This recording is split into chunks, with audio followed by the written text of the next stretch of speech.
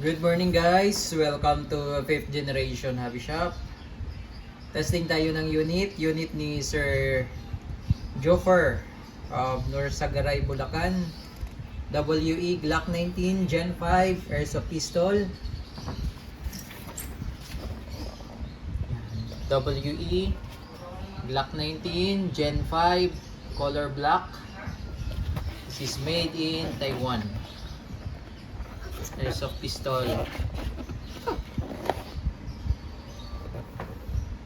Yan. Okay. So ito po may libre ng gas. Green gas. Ito yung hangin. May libre na rin pong bala. Ito naman po yung airsoft BBs or plastic BBs. Yan. Yung timbang niya ay 0.23 grams. 4,000 shots. Yan yung airsoft BBs. And may libre na rin siyang oil, silicone oil. Okay?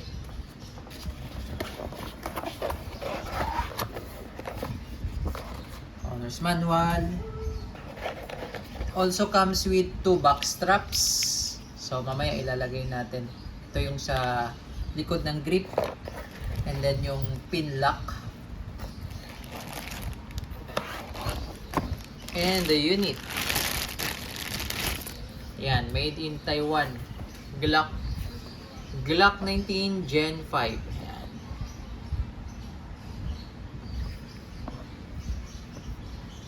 Yan. Compact lang siya guys, ayun oh.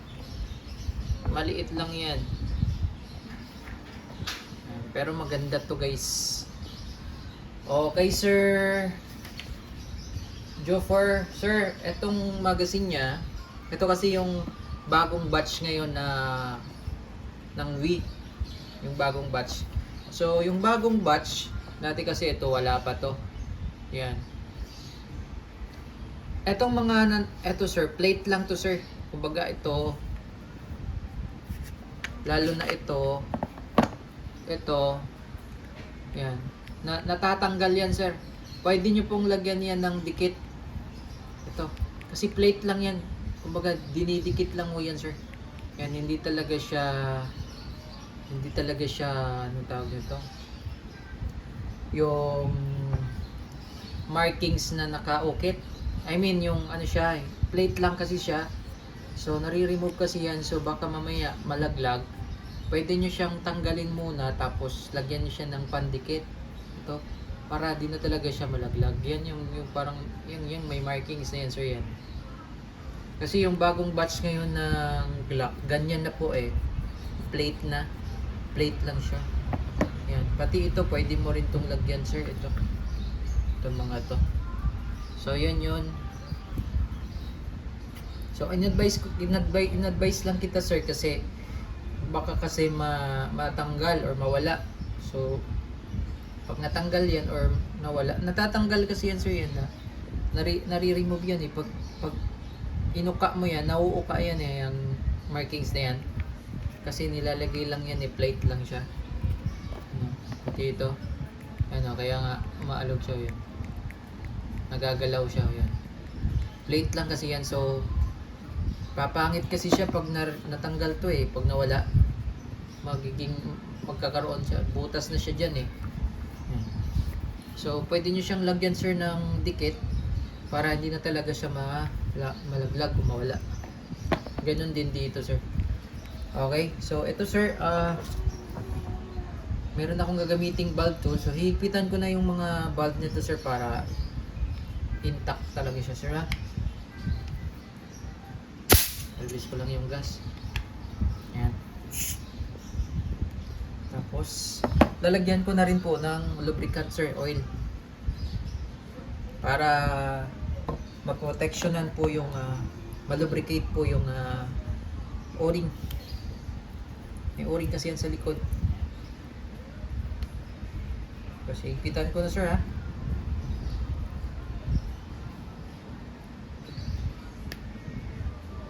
Okay. So itong gamit kong bulb tool, naubusan lang ako ng stock. Ito hindi pa po ito kasama sir ha. Pero meron tayong available nito, naubusan lang po ng stock. So nag-order naman ako.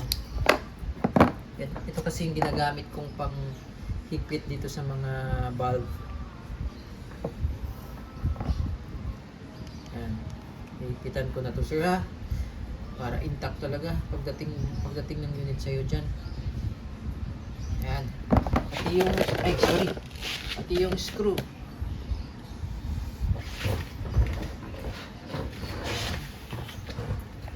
Pati itong screw. Ipitan ko na rin.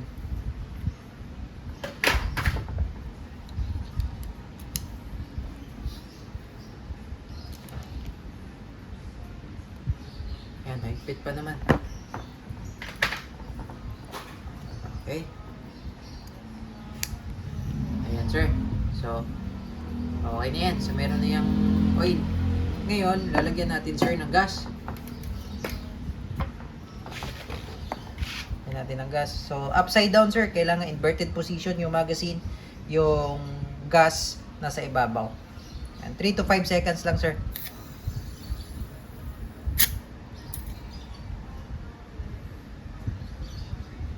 Yan. And then, pag malamig sir yung magazine, i-rest nyo lang muna, ipahinga nyo lang muna kasi humihina po ang blowback pag malamig talaga yung magazine sir.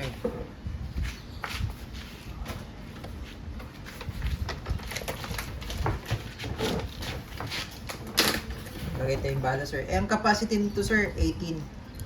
Pero lagyan mo na lang sir ng kahit 10 or 12 para yung spring hindi compress.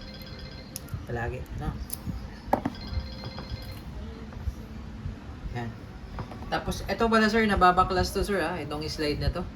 So, pag gusto nyo baklasin sir, kailangan walang magazine sir. Tapos, ikasan nyo muna isang beses. Yan. Tapos, ito, disassembly latch nya. Yan, dalawa magkabilaan. Sabay ibababa po. Sabay ibababa. Tapos, tulak lang sir. Yan. Yan, nababaklas siya sir na.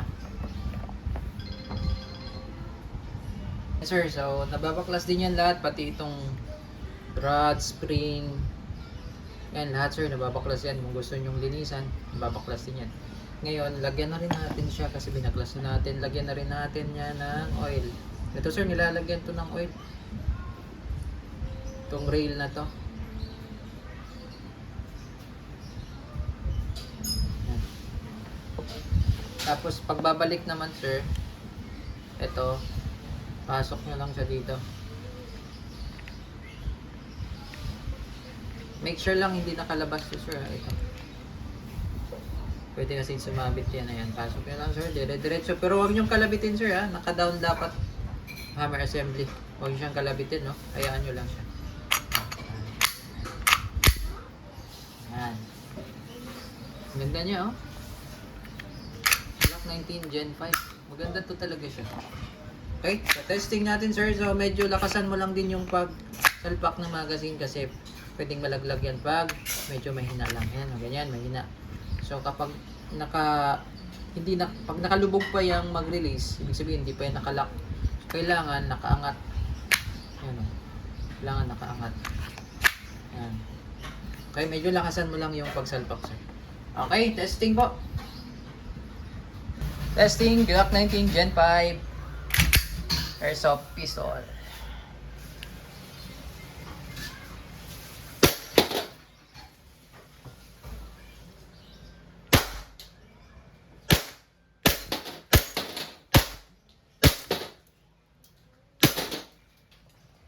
Okay, so open slide yan sir kapag wala ng bala.